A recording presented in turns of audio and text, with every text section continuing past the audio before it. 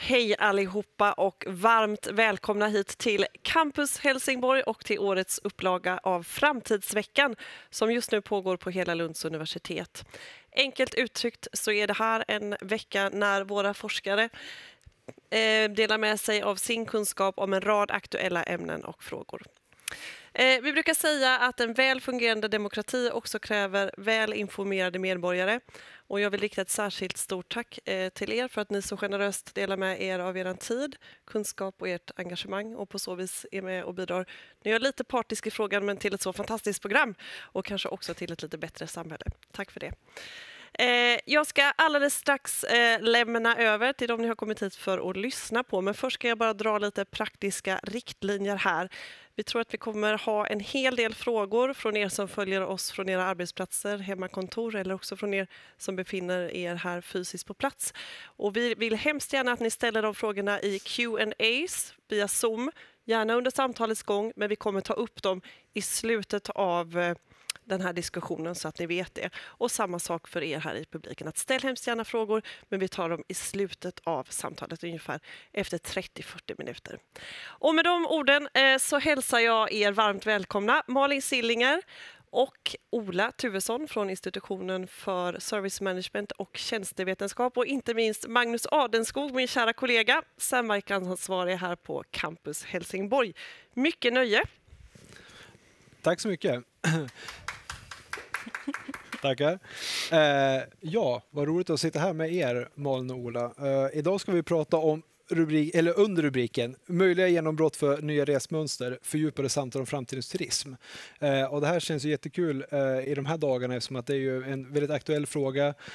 Det var senast på Aktuellt igår en debatt om det här med hur man ska kunna få in nya människor och få tillbaka gamla anställda i branschen. Många pratar om en strukturomvandling kring hela turismbranschen egentligen. Regeringen presenterade också igår en ny strategi för en 10-årig plan för hur man ska då utveckla turismen i Sverige. Så det känns som ett väldigt roligt aktuellt ämne. Jag tänker att vi kan börja med en ganska öppen fråga. Och det är då, alltså hur ser läget för turismen ut nu och vad är de här stora dragen som man kan se nu när vi lämnar pandemin bakom oss och börjar komma in i ett, som man säger, postpandemiskt samhälle, men den nya given så att säga. Ja, var är vi? Det är ju den stora frågan. Eller ännu större är väl frågan då, vart är vi på väg? Och det vi har sett är ju en otrolig tillbakagång av turism och resande under 1,5 år och en väldigt stor osäkerhet, inte bara hos de som faktiskt gör turism, alltså producenterna, men också hos de som reser. Och det är klart att det får konsekvenser för hur vi tänker på turismen imorgon. Vi har ju sett under sommaren att det är många som har börjat resa igen när de har fått resa. Så vi kommer ju tillbaks till ett läge där folk är igen mer mobila och liksom reser mellan olika platser av väldigt många olika anledningar. Så det har vi ju sett, men med alla osäkerheter kvar framöver.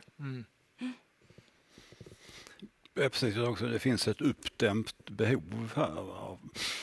Innan, först måste du det uppdämda behovet och sen kan man börja leta framtiden och se om man har lärt sig någonting eller om man kan bli lite mer hållbar och så. Men det kommer nog en sån här ett års sån här hysterisk resechock på något vis där alla är väldigt trötta på och går på Kullaberg för 10:e helgen i rad och så där och bara måste ut någonstans.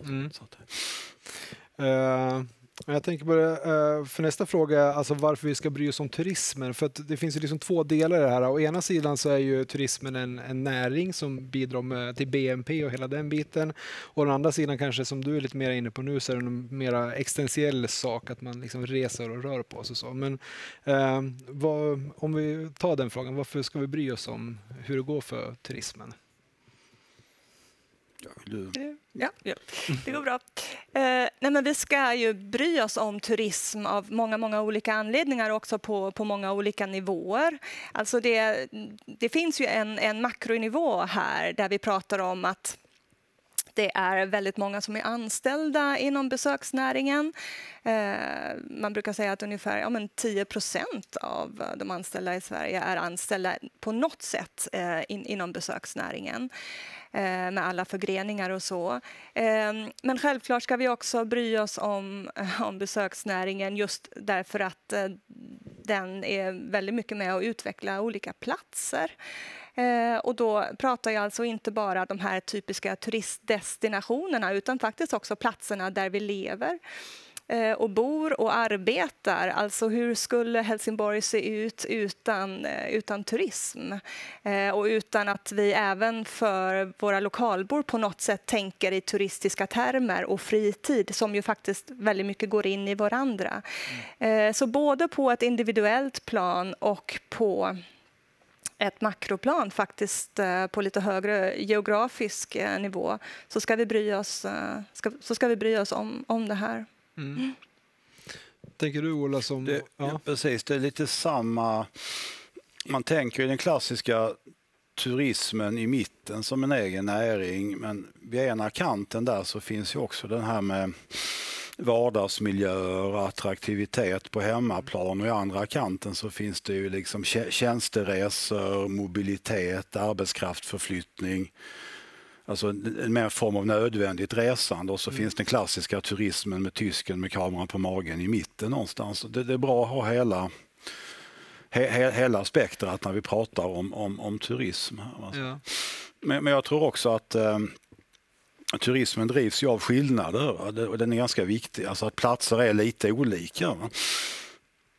Och då blir turismen en motvikt till annan konsumtion och produktion som likriktar. Alltså samma stora globala varumärken som gör allting för att det ska bli likadant precis överallt. Va? Samma bilar, samma läsk, samma kläder, samma dåliga musik, samma Netflix-serier, samma låtsas engelska. Alltså det jämnar ju ut och tar bort udden av särarterna, men turismen tjänar ju på att förstärka särarterna och motverka standardiserade arkitektur och sådana tristessframkallande grejer, ingenjörskulturer och sånt där. Så turismen är lite grann, man ska säga, kulturarvets beskyddare lite grann också. Va? Så att, Jag tänker, du som har ju hållit på mycket med platsutveckling, vi ser ju en utveckling dels här i Helsingborg men även i hela Sverige där då till exempel större kedjor lämnar city för att kanske etablera sig på köpcenter. Man ser liksom en omvandling av hela liksom stadskärnorna. Är det här liksom en del av det du ser att liksom tjäna turismen på det, så att säga, att det skulle kunna bli en mera särart då i de orter där den typen av strukturomvandling är på gång? Så kan det ju bli att lokalerna blir tomma. Va? Och jag tycker vi ser det överallt i alla de här orterna som lever av turism, att de har liksom väldigt mycket matställen och souvenirbutiker och småbutiker och sånt där en viss typ av utbud, och sen finns det där stora, hårda, lite tråkigare utbudet någon annanstans. Va? Men det finns en risk med det också. Att vi får turiststaden och sen får vi köpstaden längre ut. Alltså det kan bli väldigt tråkig uppdelning. Alltså som vi säger Gamla stan i Stockholm och sånt där. Alltså en väldigt renodlad turistmiljö, va, som inte känns riktigt trevlig heller. Så det är en liten balans det där som lätt kantrar över, va, om vi får en kulissstad på något sätt. Va, där vi... Just det. Ja, nej, precis. För du säger ju också att turism är någon slags motsats också. Någonting som vi väldigt gärna söker oss till för att det är någonting som vi inte har hemma. Och om vi tittar på då vad vi faktiskt söker oss till så är ju själva motsatsen ofta, alltså det liknar varandra på många olika ställen. Alltså om vi söker oss till Gamla stan, som du pratar om, Nörrebro eller i Köpenhamn eller andra platser, så söker vi oss ofta till gamla arbetarkvarter som på något sätt har gentrifierats, och där vi hittar både gamla industribyggnader men också en himla massa liksom, olika typer av kultur och sådär. Så på det sättet söker vi oss till någonting som är annorlunda, men ibland blir också det annorlunda ganska lika varandra på olika platser. Det kan vi se om vi jämför olika platser i världen. Men man kan ju liksom tänka sig då att om vi har olika platser där alltså lokalbefolkningen inte räcker till för att liksom upprätthålla liksom en viss servicenivå eller öppettider eller vad det nu skulle kunna vara, då kan ju faktiskt alltså inströmmande turister bidra till att vi kan ha lite längre öppettider. Eller att kanske butiken som har öppet 6 månader om året kan nu ha öppet 9 eller 12 månader om året för att man tjänar så pass bra under sommarmånaderna eller så, och man kan utöka säsongen. Så på så sätt kan ju alltså själva turismen och förflyttningen av människor också påverka att vi kan få en bättre miljö för dem som stannar kvar, så att säga, på platsen, som är en destination för andra. Just det. Jag tänker, vi kommer komma in lite grann på hållbarhetsfrågor också, men jag tänker att en fråga som jag själv har funderat mycket på som så är kul att höra er resonera lite grann kring är ju just det här med ekoturism och det här med att man vill då liksom lyfta fram det småskaliga och liksom det här med att vara själv i skogen. Det pågår en debatt på diverse kultursidor nu med att man vill då lämna storstan och ut i spenaten, man vill liksom vara där ingen annan är, så att säga. Och samtidigt då så blir det ju någon slags effekt att om väldigt många vill ut till samma ställe och vara själv, så blir man helt plötsligt väldigt många och då förstör man liksom själva värdet med det. Har ni liksom några tankar kring det där med liksom den här balansen mellan att vara, alltså att sälja någonting som är litet och småskaligt men som riskerar då att bli liksom mer massturistiskt, så att säga? Ja, vi har väl många tankar kring det, tänker jag. Jo, men så kan det ju vara.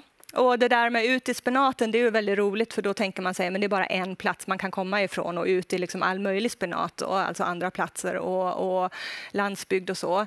Nej, men alltså det vi har sett under pandemin väldigt tydligt, det är ju att man verkligen vill ta sig ut till platser där det inte är så mycket människor men som samtidigt är väldigt lättillgängliga. Så, alltså du nämnde Kullaberg förut. Om man ser på ett nationellt perspektiv så kan man se att Jämtland har klarat sig väldigt bra. Alltså det är många som reser liksom ut till fjällen och sådär. Och då reser man ju till platser dit man relativt lätt kan ta sig. Om vi tittar på Skåne igen då, Skäralid är en sån plats som har haft fantastiskt otroligt många besökare under pandemin. Och det är klart att vi får problem med slitage etc. om vi har för många personer som är på en och samma plats. Men bara man går liksom 3-4 steg längre så är det ju inte längre lika fullt. Och om man kommer dit lite olika tider så har man inte heller samma problem. Men problemet uppstår ju om vi är väldigt många som söker oss till exakt samma platser. Alltså Sverige är ju stort nog för att vi alla ska kunna få vår del av spenaten, om vi nu ska stanna vid den metaforen. Ja. Men är det här, du ska få komma in också Ola, men är det här någonting liksom som vi ser främst i Sverige, eller är det liksom så överallt? Alltså, eller är det liksom, ja, är det ett mänskligt fenomen att vi vill vara där andra människor är? Eller bara vi svenskar som är människor nog att vilja vara det? Nej, men om vi tittar på Skåne som väldigt mycket är en destination för danskarna i huvudstadsområdet. Som ju också känner att man vill komma ut i naturen inom en rimlig tid och så här. Och samma med tyskarna som reser hit, som fortfarande tycker att men man kan sitta i bilen 7, 8, 9 timmar och det är okej för att sen komma till en plats där jag inte har så mycket människor runt omkring mig. Det får ju också med sig att vi liksom ägnar oss åt olika typer av beteenden. Det kan liksom vara okej att då vara ute i sommarstugan där det inte finns en diskmaskin. Det är liksom så det ska vara, för att vi vet att det är under en begränsad tid. Vi vet också att det finns liksom platser, delvis campingplatser, där man inte vill använda sig av sin mobil och digitala medier för att man vill liksom komma bort från det här liksom digitala attachment som man har från morgon till kväll hemma. Och den typen av beteenden ser vi ju när vi kommer till andra typer av platser, men det är också under en begränsad tid. Sen vill vi ju tillbaka igen, så att säga. Vi vill ju använda vår mobil igen och kolla vad som händer på LinkedIn och Facebook och sådana ställen där vi sänds just nu. Men Så det är en sån här alltså man går in i någon slags antityp av beteende under en begränsad tid. Men man tar ju också med sig olika beteenden. Vi pratar om habitus här, där vi vet att mycket av det som vi gör hemma gör vi på ett liknande sätt på destinationen också. Just det. Vill du komma in på den också, Ola? Eller? Då tappar jag spåret. Men jag tänkte, där vi var i början där, att man reser ju både till det spektakulära, starka, och sen jagar man det typiska. Va? Det spektakulära är ju rätt jobbigt, för då ska alla till precis samma ställe. Va? Det finns en enda klippa mitt i Australien och alla ska till den. Va? Men på andra ställen finns det massvis med klippor. Så det är lite sånt där. Va? Och i Italien är det 5 städer som alla åker till, och sen finns det 150 städer som är nästan likadana, som är helt tomma med halva prisnivån som ingen hittar till. Va? Det är lite sånt där som samma i Sverige. Man har lyft fram vissa platser som är lite snyggare, ofta mindre rivna än resten, och sen finns det massvis med orter som är typiska. Va? Så turisten som letar efter det typiska har ju mycket mer att välja på.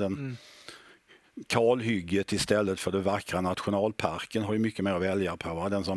Den som kommer till en ort i Västmanland och känner ett sug efter pizza har ju enormt mycket lättare för sig än den som letar efter nationell kokkonst eller något sånt. Alltså, så det är lite, men den som vill ha den röda stugan letar efter det typiska. Va? Man vill ha sin egen sjö, sin egen campingplats, sin egen, så kan man styra över från topparna till det typiska, så kan man jämna ut det. Bli bättre på att marknadsföra vardagsnaturen, vardagsmiljöerna och förbättra dem lite grann också. Jag tänker, den där frågan är intressant. Alltså, finns det liksom en rörelse inom näringen att man liksom vill, är det man vill? Alltså, är det liksom en strategi framåt, eller är det liksom, alltså, för det är lätt att tänka det själv, att man då vill utforska sin eget. Sen, jag tänker att kommer du till en plats du inte känner till, så är det också lätt att följa det som står i turistbroschyren eller motsvarande där man hittar på internet. Liksom. Det krävs ju lite mer av dig som person om du ska liksom utforska själv och så. Finns det liksom en rörelse där i liksom näringen, alltså inom industrin som sådan, så turistnäringen så att säga, att man vill sprida ut det, eller är det liksom mera same old så att säga, att man jobbar med de här utvalda platserna? Ja, alltså om vi tittar på hur man sprider ut det i tiden, då är det ju på alla släppar att sprida ut liksom säsongsmässigt, så att vi inte har en topp i juli månad, utan att vi har liksom året runt turism, och destinationen Åre då var ju väldigt tidigt med det året runt. Det hörde man ju, får vi se så jag inte säger fel, men i alla fall för 15 år sedan. Så där har vi ju verkligen en vad man skulle kalla då för diversifiering, att man försöker liksom luckra upp det här enbart typiska. Ja, absolut. Och vi har ju också så många olika typer av turister. Alltså, du pratade förut om den här tyska turisten med kamera på magen och så där. Det är ju en bild som vi väldigt mycket har. Men om vi tittar på vem det är som reser idag, så skulle vi ju i princip kunna säga alla. Och vi reser av väldigt många olika anledningar. Och de av oss som reser för att besöka nära och kära, som faktiskt bor på en annan plats, de blir ju fler och fler. Till exempel så... Ja, Ola, du nämnde ju några olika typer där, och jag skulle faktiskt hålla med om att det finns så många olika saker som vi faktiskt letar efter. Vill du komma in? Ja, vi kanske inte ska säga turism, vi kanske ska säga mobilitet och plats, och så har vi olika, liksom, så ligger allting däremellan på något vis. Ja. Eller något sånt, om vi vill laborera med andra uttryck. Ja. Eller något sånt. Men... Ja, men det var intressant, jag har inte ens tänkt på innan, men det slog mig nu för att jag har haft släkt uppe i de så kallade fjällen. I Lappland, i de riktiga fjällen ska jag säga.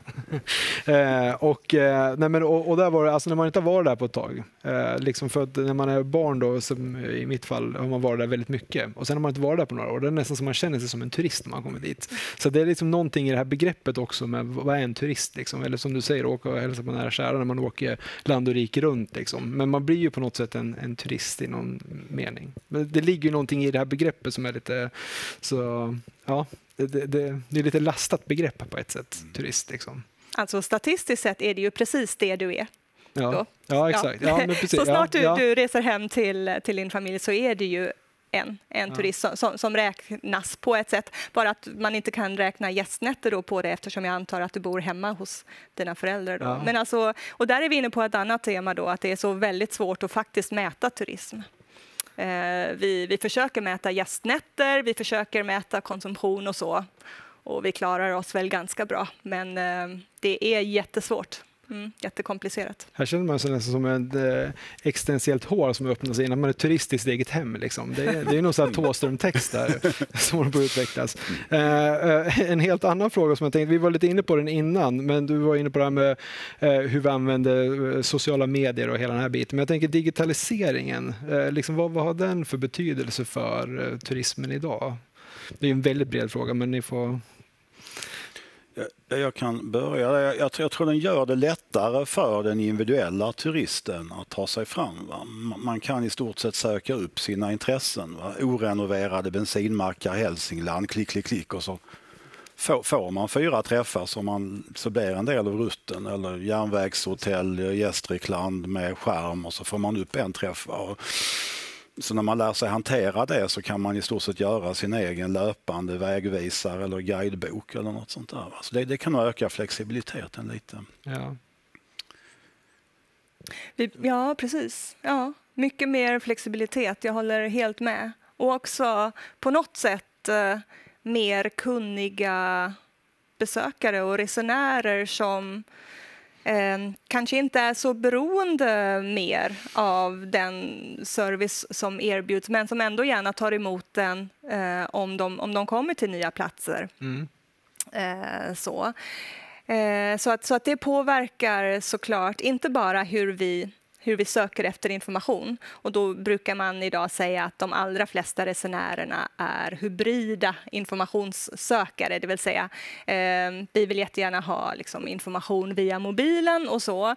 Men vi använder oss också väldigt gärna av de goda gamla analoga informationskällorna såsom guidebok och de som är vana att besöka en turistinformation, de fortsätter att göra det och upplever att det är väldigt roligt då att få prata med en lokalbo som kan berätta lite grann om vad han, hon, hen skulle liksom, erbjuda och vilja göra och så på plats.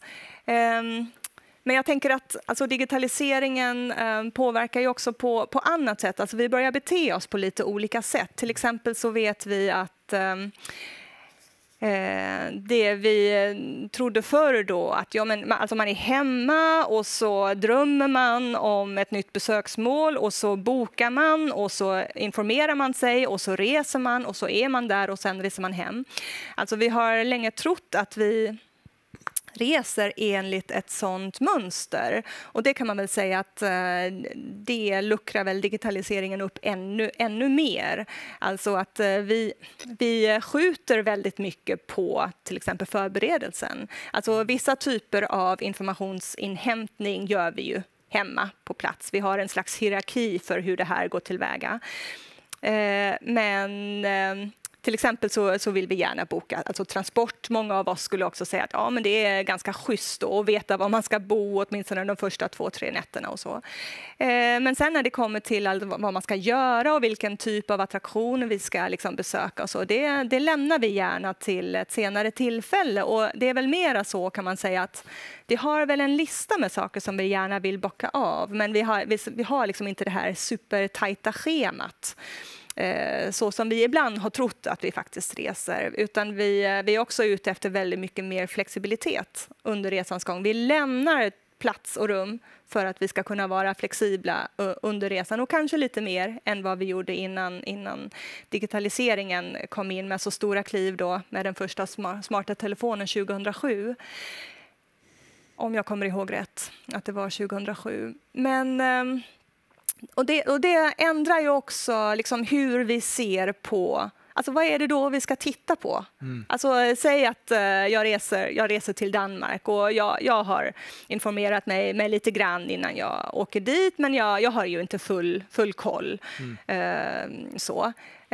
Och då är det mer och mer så att vi liksom söker efter information medans vi reser, medans vi förflyttar oss. Och då ställer jag då frågan till Google: attraktion nära mig, som för övrigt är en fråga som väldigt, väldigt många ställer just på Google. Då får vi ju också upp sådana attraktioner inom citationstecken som annars faktiskt inte hade dykt upp. Just det. Så vi beter oss också på annat sätt. Digitaliseringen är så mycket mer än just att jag har mobilen med mig. Precis, så det är mer som en, liksom, det blir nästan en integrerad del. Alltså, ja, vi beter oss annorlunda ändå bara för att vi har en smarttelefon, då påverkar det här också liksom, helt enkelt. Ja. Hade vi en fråga från publiken? Ja. Ja, det har kommit 2 frågor, så vi kan ju börja med en i alla fall. Turismen orsakar ju infrastrukturella kostnader som idag faller på skattebetalarna på destinationsorterna. Hur ska turism betalas? Ja, det är ju en jättebra fråga och en ännu mer het potatis. Om man nu ska... det finns ju lite olika sätt att tänka där. Alltså, jag som har bott i Tyskland i många år, där har man ju en turistskatt på flera ställen, ofta längs med kusterna och sådär. Och då betalar man alltså en viss summa pengar per vuxen, per barn och per hund faktiskt också. Så det är väldigt noga uppsplittrat hur mycket man ska betala då per dag. Och betalar man då inte den här turistskatten, då får man inte vistas på stranden till exempel. Då.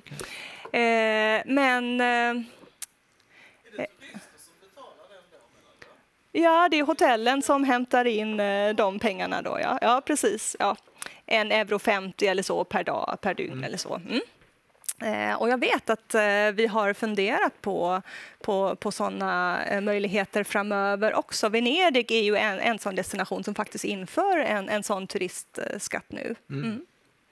Och då på något sätt går det tillbaka, alltså helt enkelt, och återinvesteras då i lokalsamhällena på ett eller annat sätt liksom, så att säga.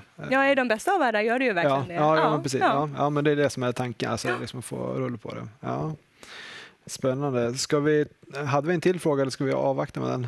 Det kom en kommentar på svaret här att de som hyr privat eller åker runt i husbil är ju inte det här en riktig möjlighet, utan då blir det lite annorlunda. Alltså det här är ju en komplicerad fråga hur man vill göra detta. Och jag tänker mig att egentligen skulle man kunna driva den där frågan längre än så också. Alltså hur planerar vi egentligen en plats? Hur planerar vi en plats med infrastruktur, med tillgång till rent vatten, avlopp, sophantering och sådana saker. Och det är ju oftast liksom dimensionerat till lokalbefolkningen. Just det. Och sen om vi har en säsongsvariation här så blir det ju väldigt, väldigt ojämnt. Så här har vi ett tankesätt att vi räknar per boende. Och utgår inte riktigt från att de allra flesta av oss faktiskt är mobila. Så det skulle inte förvåna mig om det finns en hel del funderingar faktiskt på hur man skulle kunna ändra, alltså tankesättet. Det fanns en slags tankesteg för några år sedan som vi kallade för mobilities. Mobilities därför att vi började inse att alltså defaultläget att vi alla är på en plats och inte rör oss stämmer inte riktigt. Vi måste börja tänka nya banor. Så jag tror faktiskt att det här också är en sån fråga som faller inom det häradet. Man är ju hellre en mobility än en turist, så att säga. Känns du gillade bättre. Inte den, att det var turist när du åker hem till dina föräldrar? Det satsen för mig. Det var fler frågor. Kör vi det. Ja, men precis. Det är lika bra att ta frågorna när de ändå har kommit in. på platser som besöks av många förbrukas till exempel vatten i större utsträckning under turismperioder. När de fastboende lärt sig att spara kommer turisterna och lever som vanligt. Är det hållbart? Hur kan man påverka ändrat beteende? Ja, nej, det där är ett problem med Sydostsverige och öar i Bohuslän och sånt där, så Öland, Gotland och Kalmartrakten och sånt där. Att det kommer för många människor under för kort tid och precis tömmer vattnet och pressar sophämtningen i botten. Men samtidigt också ger underlag för en massa extra service och sånt där. Men det gäller ju att uppfostra, alltså det gäller ju att ha de här sparskyltarna, alltså moralisera och sätta in strilar som ger väldigt lite vatten i duschar. Och alltså man kan, det är rätt hårda kampanjer sådär när det torra somrar och någon rik figur har en grön gräsmatta bredvid sin pool. Va? Det gör man inte ostraffat på många orter, utan det brukar pekas ut en hel del. Va? Så någon form av uppfostran krävs där lite. Ja, alltså jag kan bara hålla med om det. Vi vet ju också att för väldigt många människor så beter vi oss lite sämre när vi är på resande fot.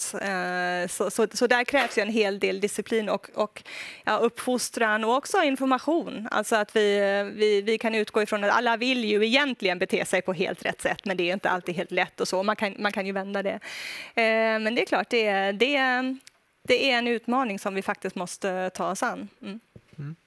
Har vi en publikfråga här också? Jag tänkte på det som Ola Tuvesson sa lite grann om det här i Italien med det typiska som att man kommer till att man blir intresserad av att komma till små mindre städer där det kostar hälften så mycket. Kan det vara så att man som turist numera är så pass intresserad efter det här med pandemin att man vill söka sig nya vägar, så man skulle utveckla det liksom som möjlighet att på något sätt marknadsföra då mindre städer och göra det till något levande kultur? Det tror jag.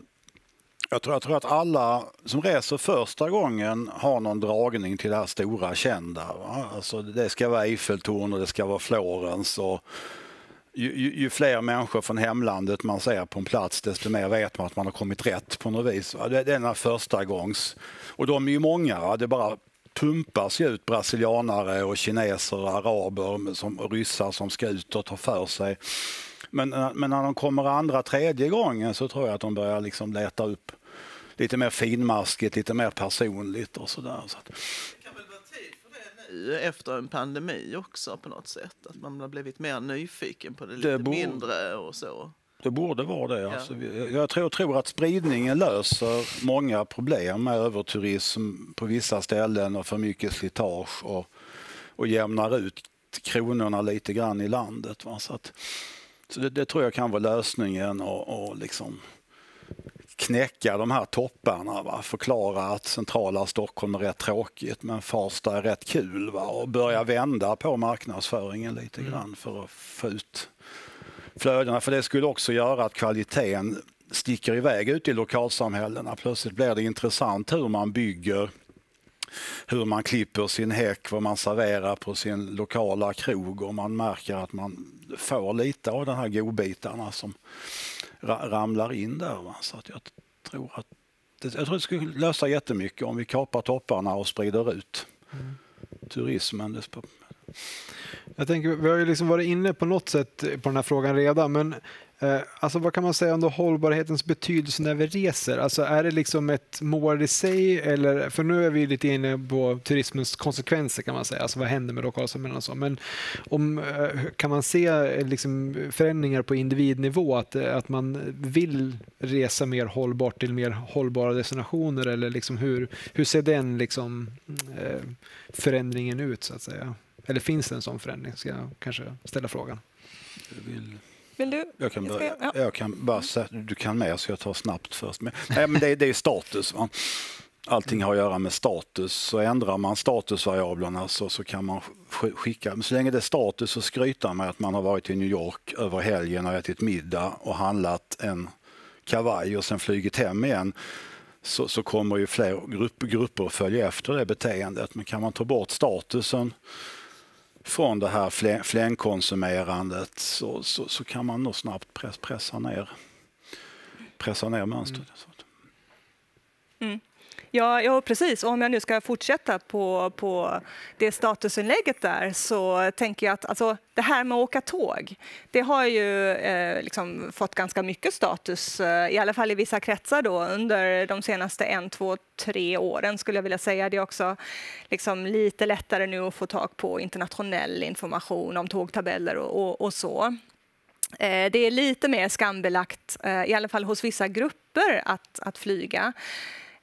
Och lite roligt då att det här ordet flygskam kommer från Sverige och att det numera är ett internationellt ord som folk använder. Sen så fortsätter vi ju att flyga. Faktiskt. Nu tror jag i och för sig att om vi tittar på inrikesflyget 2019 så toppade det inte ännu längre uppåt faktiskt. Så jag tror faktiskt att vi har börjat se en liten trendbrytning där. Men vi fortsätter ändå att flyga för mycket och det är ju ett jättestort hållbarhetsproblem. Vi kommer faktiskt inte undan. Och ännu värre blir det då om vi tittar på världsbefolkningen och ser men hur många är det då som flyger mycket och regelbundet? Alltså man kan säga att lite dryga 10% av världsbefolkningen är de som är ute och flyger och far regelbundet. Och det är ju vi då. Och om man då blir ännu värre och tittar på de här så kallade hypermobila personer som flyger 10 och fler gånger per år och är såna här så kallade frequent flyers med bonuskort hos de olika flygbolagen och så. Då brukar man säga att det är 1% av världsbefolkningen och det är ju riktigt illa. Det är ju folk som flyger både liksom när de jobbar och sen man vänjer sig ju vid ett visst beteende. Så flyger man lika mycket när man då är ledig för då har man lärt men det är liksom far och fläng och sådär. Men jag tror faktiskt det ligger någonting i det Ola säger att kanske så pratar vi tillräckligt mycket nu om att det är en jättestor mänsklig längtan att vara mobil och åka till andra platser men vi kanske inte måste åka till New York varannan helg. Och nu överdriver vi ju totalt men alltså den statusdämpningen där faktiskt tror jag är på gång. Vi är för många som pratar om att vi inte borde göra det mer. Därmed är det inte sagt att vi också alltid gör det vi säger. Men jag tror att det är ett första steg. Okej, vi flyger i hemlighet då. Just det. 1, 2, 3 år. Men sen så kanske vi lämnar det också. Men vi måste ju sluta med det. Och samtidigt så är jag också ganska less på att turismen hela tiden ska vara den moraliska facklan som ska stå för alltså det är liksom turismen som får väldigt många motargument när folk reser och då tycker de som inte reser men det är onödigt, du borde stanna hemma och så. När många andra branscher inte får den här det moraliska argumentet emot sig och det är ju inte riktigt fair får man säga. För då behöver man i förlängningen också ställa frågan, men okej, om vi nu ska sluta turista, men vad ska alla de göra då som jobbar inom turismen? Har man funderat kring det också då? Ja, men vad gör de personerna som bor i glesbygd men faktiskt också i städerna och som tjänar en viss del av sin inkomst genom turism. Ska de göra något annat och har vi något förslag? Alltså ska vi då bestämma vad de ska göra? I norra Sverige ska man jobba i gruvindustrin istället då? Är det bättre? Får man jobba inom cementindustrin om cementen går till stambanor för nya höghastighetståg? Är det okej? Men inte om cementen ska gå till något annat. Alltså vi kommer ju in i en spiral som där vill vi liksom inte vara. Så besöksnäringen behöver ju ta det här på allvar och även alltså de individuella resenärerna. Men vi måste sluta att fördöma både individer och en bransch faktiskt. Du var inne på väldigt många heta potatis där. Cement, resande, flygskam. Det är bra.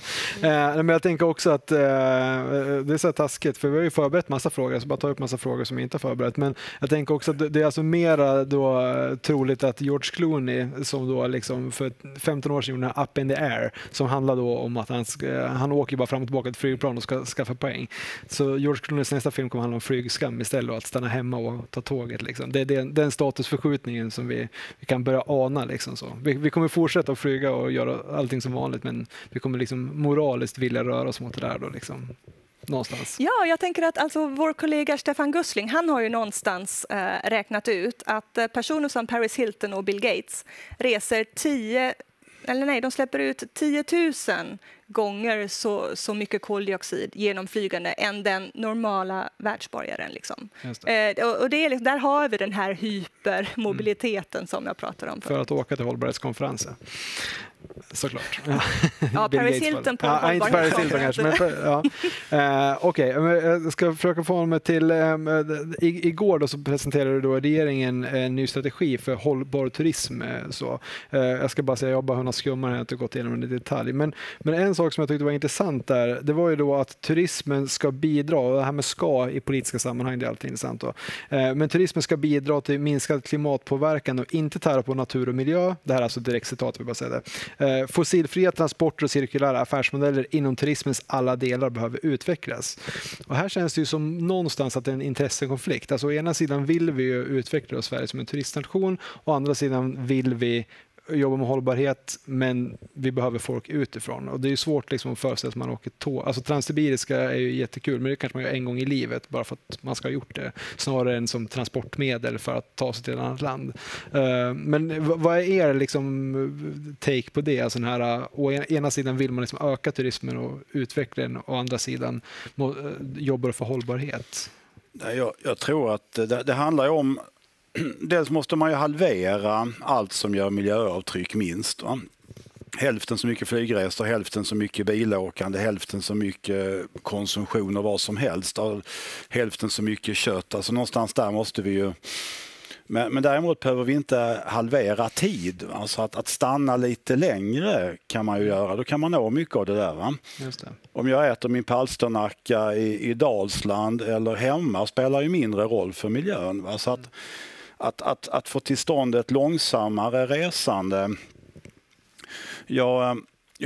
Jag bussluffade i Ostpreussen på 90-talet i polska delen, och då gick det så här en buss om dagen mellan en del avkrokar, och då kom man liksom in i den där rytmen att man sitter och tittar på en anka i 3 timmar och sen äter man någon soppa och sen kommer den där bussen och skraltar iväg 2 mil till nästa stad, och så bor man på ett hotell för 30 kronor. Alltså man kommer rätt snabbt in i en sån rytm. Så längst bort i gränsen där, du vet, långt så där som världens... och så skulle man kunna göra i Sverige med. Tänk ett trafikkort som gäller 2 veckor på all kollektivtrafik och cykeluthyrning på alla pressbyråkiosker eller någonting. Då har man det där. Va? Så att det är liksom bara att lansera långsamheten som en större produkt än snabbheten. Va?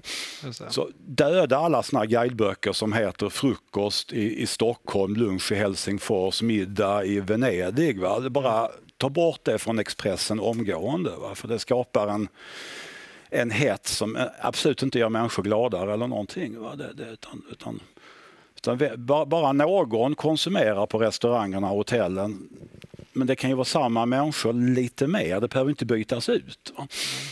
För byter du inte ut så då kan man ha samma lakan i 3 dagar. Alltså man kan liksom ha en långsamhetsrabatt i systemet, så skulle man få bort väldigt mycket av avigsidorna med det. Då kanske resorna inte gör sin Europaresa på en Nej, vecka?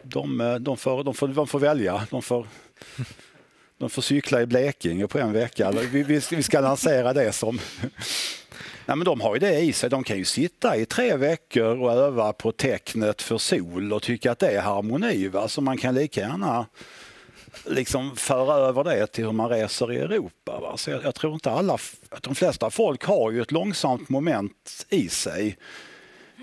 Så varför just resandet måste vara det hetska, där kan vi nog fundera lite. Men det var bra exempel med kineserna.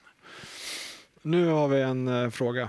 Ja, men precis. Och ni får jättegärna ställa ännu fler frågor. Men det har kommit in en fråga om varför pratas det inte mer om regenerativ turism?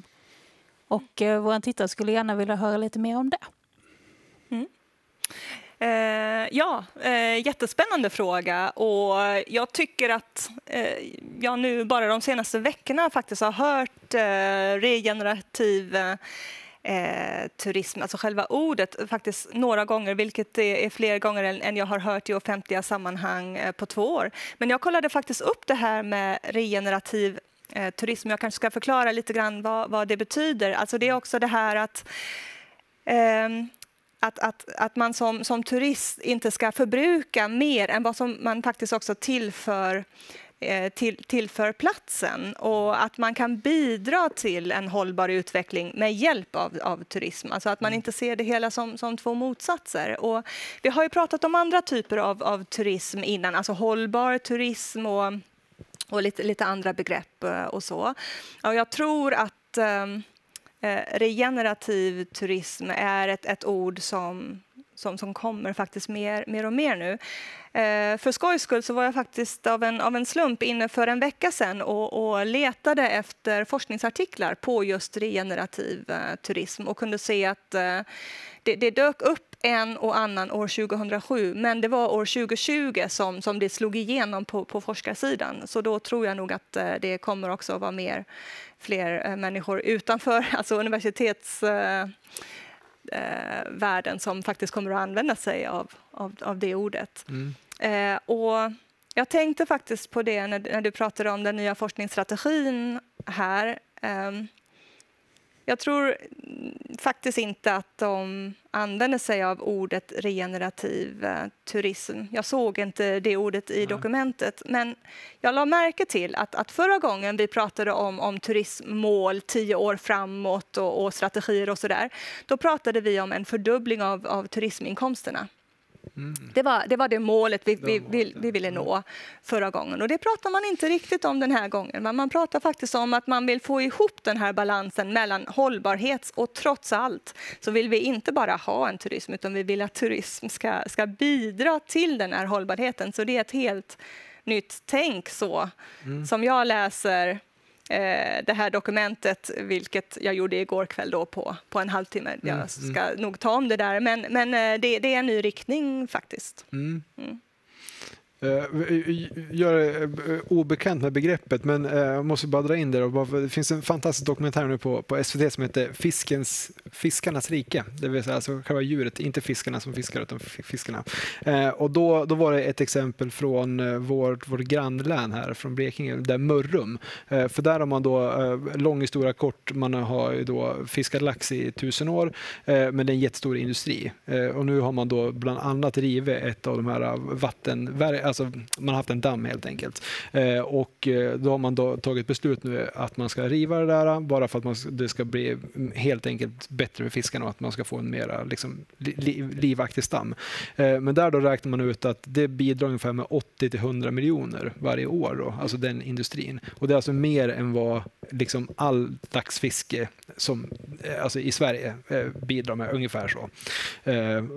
Fråga mig inte på de siffrorna, men det beskrivs så i alla fall.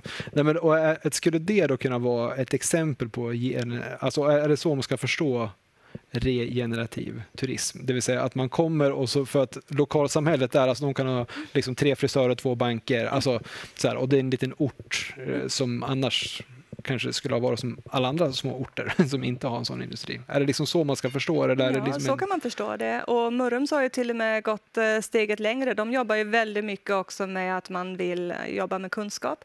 Att föra ut kunskap om fiskar och fiske och så till besökarna. Och de är ju nominerade till Stora turismpriset här i år för Blekinges räkning då. Och det är ju lite grann så att man har börjat premiera faktiskt alltså aktörer som jobbar just med en typ av framgång såklart, annars skulle de inte finnas kvar. Men tillsammans med hållbarhet och kunskap väldigt mycket. Som det kanske framgick av det här, där jag sitter och kollar på en sån här dokumentär direkt när den kommer, att jag gillar att fiska. Och jag såg att idag kom det i HD att man får inte fiska torsk ut i sundet längre, just på grund av bestånden då. Och det där är ju liksom en del i, alltså de flesta som tycker om att fiska vill nog att det ska finnas fisk så att säga. Men alltså det är ju den här hela tiden balansgången som är mellan att avstå då det. Men samtidigt, för det är ju en jätteviktig resurs såklart för Helsingborg och för omnejden. Jag tänker bara, vad har vi för tid? Vi har ungefär 10 minuter kvar. Är det någon till fråga i pipe? Inte just nu. Då ska vi se. Men jag måste ändå få ställa frågan. Nu byter vi ämne lite rast här. Men det är ju, den självklara frågan efter pandemin är ju på ändå, kommer vi sluta åka charter? Eller kommer det här fortsätta? Kommer vi liksom ha den formen av liksom turism kvar? Vi har varit inne och touchat på den här frågan. Men liksom... Är det den självklara frågan? Det är den självklara frågan. Ja. Den står i mitt papper då, den självklara frågan. Jo, absolut. Vad säger du, Ola? Kommer du och jag fortsätta åka på charter så som vi brukar göra? Vi har väl inte börjat än riktigt. Men det kommer väl alltid att finnas ett behov av det enkla resandet. Ja. Att folk som vill slippa krångla för mycket med detaljerna. Och jag tyckte nog att chartern kanske var ännu mer utvecklad för 20 år sedan. Då fanns det liksom fler platser och rätt mycket städer också och sånt där. Så att den har på något vis gått tillbaka lite. Men det måste ju ta sitt ansvar. Om folk bara vill ha värme så kanske Spanien är mer klimatsmart än Thailand. Lite sånt där. Man får lägga in de där variablerna. Ska det vara otroligt lätt att stänga av hjärnan och åka hur långt bort som helst? Är det liksom eller ska Asien vara svårt? Vad ska man behöva åka, dra ut alla sina tänder först och sen ger man sig iväg genom Istanbul och så Iran, Indien och borta 3 år. Alltså, som det var för 120 år sedan när man åkte till Sydostasien. Varför drog man ut tänderna? Därför att man kunde inte laga dem på plats. För att slippa problem så drog man ut tänderna innan man gav sig iväg till kolonin. Jag lärde mig jättemycket. När man skulle vara borta länge med missionärer och kolonialtjänstemän och sånt så hade man löständer istället. Det var enklare. Men alltså fick man ha kvar blindtarmen när man åkte? Eller hur var det? En del tog bort dem också för att vara säkrare. Ja. För då var man liksom förberedd för Sydostasien jämfört med idag när man... Ja, det känns ju, på det här vi pratar med planering, där känns det som att man har legat långt fram med planeringen. Då. Man vi är inte riktigt där nu. Nej, det känns som att det är lite lättare, det är lite kortare steg på något sätt. Men jag tror att när jag åker på charterresa vill jag åka med dig, Ola. Faktiskt, du verkar ha koll på läget. Hur man gör. Ja, framförallt den där bussresan där, den blir man ju väldigt sugen på att testa på själv faktiskt. Vad var det, hade vi mer för fråga? Jag tyckte jag hade en jättebra fråga här alldeles nyss. Vart tog den vägen någonstans då? Ja, den försvann. Medan du letar efter frågan så tänkte jag, när jag hörde det där nu med charter så funderade jag lite grann på, alltså charter har ju fyllt en väldigt, väldigt viktig funktion. Nämligen att lära oss att åka ut i världen och resa. Alltså när det slog igenom då på 50-talet, då var det ju väldigt många som åkte ut då med de olika charterbolagen och lärde sig hur det är att liksom ta sig till andra platser, farliga andra platser i farliga andra länder på något sätt, och märkte att men det var inte så farligt ändå. Men det fanns alltid någon som tog hand om dem och så. Och sen gick det en generation, då behövde man inte riktigt samma typ av hjälp. Och om man tittar på... Alltså charterturism finns ju kvar, men det är ju många andra typer av turism som har växt lite starkare än just charterturism. Och det har ju också att göra med att vi individer, vi har lärt oss, vi vet hur man flyger och tar färjan, och vi vet också hur man bokar en biljett och sådär. Det är inte så svårt längre. Va? Så att det är kanske våra föräldrar som åkte med oss på charter som har lärt oss ett och annat. Just det. En del av evolutionen. Vi har liksom kommit en bit till. Nu är det någon som viftar. Ja, men precis. Nu har det kommit någon mer fråga. Hur kan man arbeta om uppfattningen att flygpriser ska vara låga och att det nästan ses som en rättvisefråga att flyga billigt? Exempelvis finns det ju resor Stockholm-Florida tur och tur för 3 500 kronor. Ja, alltså nu sitter ju 2 geografer här och som geograf har man, jag hoppas, eller du kanske har samma åsikt som jag, annars får du säga emot mig, men det är lite svårt att förstå varför vissa transportpriser ska gynnas av liksom statliga subventioner medan andra inte ska det. Så att, ja, jätterelevant fråga. Jag förstår inte riktigt varför det är så faktiskt fortfarande.